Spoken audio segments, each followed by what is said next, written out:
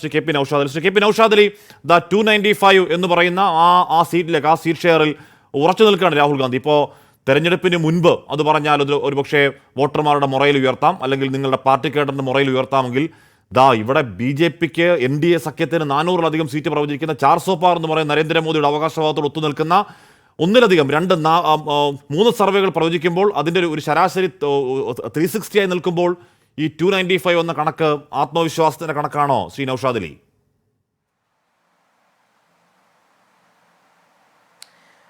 ഹഷ്മി, ഇവിടെ ഈ എക്സിറ്റ് പോളിനെ സംബന്ധിച്ചിടത്തോളം ഈ എക്സിറ്റ് പോൾ നടത്തിയ എല്ലാവരും കഴിഞ്ഞ 10 വർഷമായിട്ട് നരേന്ദ്രമോദിക്കും കേന്ദ്രഭരണത്തിനും BJPക്കും വേണ്ടി വിടുപണി ചെയ്യുന്നവരാണ്.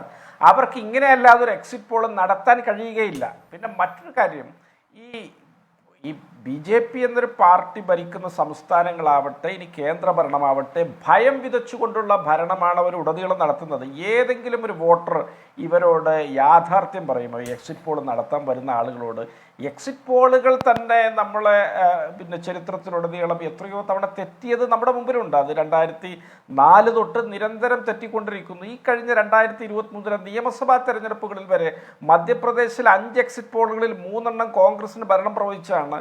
ഛത്തീസ്ഗഡിൽ 5 എക്സിറ്റ് പോളിൽ 4 കോൺഗ്രസിന് ഭരണം കിട്ടുമെന്ന് പ്രവചിച്ചവരാണ്. അതിനു മുമ്പ് എത്രയോ സംസ്ഥാനങ്ങൾ, കർണാടകയിൽ, അതുപോലെ തന്നെ UPയിൽ. നൗഷാദ് അലി, പക്ഷേ എക്സിറ്റ് പോളുകളുടെ ചരിത്രം നോക്കിയാൽ തെറ്റിയ ചരിത്രത്തെക്കാൾ കൂടുതൽ വിജയിച്ച ചരിത്രമാണ് എന്ന് പറഞ്ഞാൽ കഴിഞ്ഞ കുറച്ച് വർഷത്തെ മാത്രം എടുത്തു നോക്കിക്കഴിഞ്ഞാൽ എന്താണ് ഒരു കണക്ക് കണ്ടിരുന്നു ഞാൻ. 85% ജയിച്ച എക്സിറ്റ് പോളുകളുടെ ശതമാനം. ശരിയാണ്, 2004 പോലെയുള്ള ഒറ്റപ്പെട്ട സംഭവങ്ങൾ, ചില സംസ്ഥാന നിയമസഭാ തെരഞ്ഞെടുപ്പിലെ പരാജയം ഒക്കെ ഉണ്ടെങ്കിൽ കൂടിയും ശ്രീ നൗഷാദ് അലി നോക്കൂ, പ്രധാനപ്പെട്ട 12-13 സർവേകൾ ഒരേ ദിശയിൽ NDAക്ക് 350, 333, അതിൻ്റെ ശരാശരി ഞാൻ പറഞ്ഞ 360 സീറ്റ് ഒരേ ദിശയിൽ എല്ലാവരും പറയുമോ? അപ്പോൾ എല്ലാവരും ഇങ്ങനെ മോഡി പേടിക്കുന്നവരാവുമോ ശ്രീ കെ പി നൗഷാദ് അലി?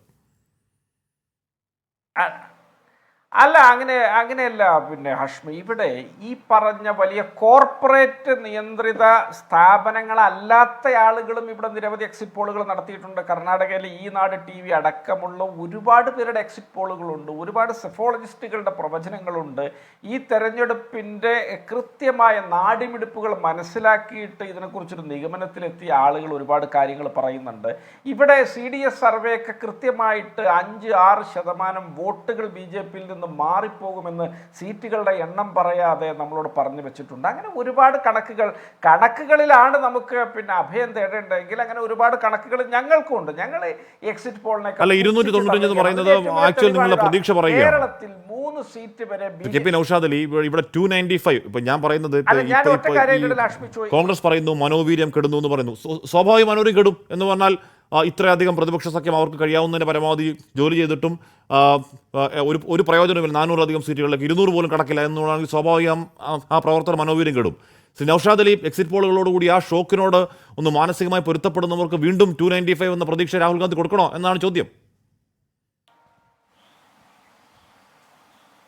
അല്ല, അത് ഞങ്ങളുടെ സ്ഥായിയായ പ്രതീക്ഷയാണ്, ഞങ്ങളുടെ വിലയിരുത്തലാണ്, ഞങ്ങൾ നേരിട്ട് മനസ്സിലാക്കിയ ഞങ്ങളുടെ ഒരു റീഡിംഗ് ആണ്. അത് പറയുന്നതിൽ എന്താ കുഴപ്പം? ഞങ്ങളത് പറഞ്ഞുകൊണ്ടേയിരിക്കും. അത് ഈ പറഞ്ഞ 4-ാം തീയതി പുലരാൻ പോകുന്നൊരു യാഥാർത്ഥ്യമാണ്. ഒറ്റ കാര്യം അഷ്മി ഞാൻ ചൂണ്ടിക്കാണിക്കാം. കേരളത്തിൽ 1 മുതൽ 3 വരെ സീറ്റ് BJPക്ക് കിട്ടുമെന്നാണ് എക്സിറ്റ് പോൾ പറയുന്നത്. ഇപ്പം ഈ നേരത്തെ നിങ്ങളുടെ ഒരു പ്രധാനപ്പെട്ട ചാനൽ എക്സിറ്റ് പോൾ നടത്തിക്കൊണ്ടിരിക്കുന്നുണ്ട്. അതിനകത്ത് തിരുവനന്തപുരത്ത് 2.5% മുകളിൽ വോട്ടിന് ശശി തരൂർ ജയിക്കുമെന്നാണ് പറയുന്നത്. അപ്പോൾ ഈ ഏത് എക്സിറ്റ് പോൾ നമ്മൾ വിശ്വസിക്കണം? BJPക്ക് കേരളത്തിൽ 28% വോട്ട് കിട്ടുമെന്ന് പ്രവചിക്കുന്ന എക്സിറ്റ് പോളിന് ആ ഒറ്റ സാമ്പിൾ വെച്ച് തന്നെ നമുക്കിത് വലിയൊരു പരിഹാസ്യമാണ്, ചിരിച്ച് തള്ളാമെന്നല്ലാതെ ഈ എക്സിറ്റ് പോളിൻ്റെയൊക്കെ പിറകെ പോയി നേരെ കളയുന്നത് ആരാണ്? അവർക്ക് കുറേ പരസ്യക്കാരെ കിട്ടി, അവർ കുറെ വാണിജ്യവൽക്കരിച്ച ഒരു പ്രോഗ്രാം ഉണ്ടാക്കി എന്നതിൻ്റെ അപ്പുറത്ത് ഞങ്ങൾ ഈ എക്സിറ്റ് പോളിന് യാതൊരു പ്രാധാന്യം കൽപ്പിക്കുന്നില്ല. ഒരു കാര്യം കൂടി ഞാൻ അടിവരയിടാം. ഈ കർണാടകയിൽ കോൺഗ്രസിന് 2 ഡിജിറ്റ് സീറ്റ് ഉണ്ടാവും. തെലങ്കാനയിൽ കോൺഗ്രസിന് 2 അക്ക സീറ്റ് ഉണ്ടാവും. രാജസ്ഥാനിൽ 2 അക്ക സീറ്റ് ഉണ്ടാവും. ഹരിയാനയിലും മഹാരാഷ്ട്രയിലും ബീഹാറിലും ഒക്കെ ഞങ്ങൾ മുന്നേറും. UPയിൽ ഞങ്ങൾ സ്ഥിതി മെച്ചപ്പെടുത്തും. ഇതൊക്കെ തെരഞ്ഞെടുപ്പിനെ സംബന്ധിച്ച് ഞങ്ങൾക്ക് നേരിട്ട് അറിവുള്ള ഈ പറഞ്ഞ വോട്ടർമാരുടെ ഹൃദയമിടിപ്പുകൾ തൊട്ടറിഞ്ഞ് ഞങ്ങൾ പറയുന്ന ഞങ്ങളുടെ വിശ്വാസമാണ്. അതാണ് രാഹുൽ ഗാന്ധി ഇന്ന് പറഞ്ഞത്. ഇത് മോഡി മീഡിയയുടെ പോളാണ്, അല്ലാതെ ജനങ്ങളുടെ പോളല്ല. കാലാകാലങ്ങളിലായിട്ട് ചെയ്യുന്ന വിടുപണി ഇവിടെയും ആവർത്തിക്കുന്നു. വിധി ദിനത്തിൽ 24 മാജിക് ജൂൺ 4-ാം തീയതി ചൊവ്വാഴ്ച രാവിലെ 5 മണി മുതൽ 24-ൽ.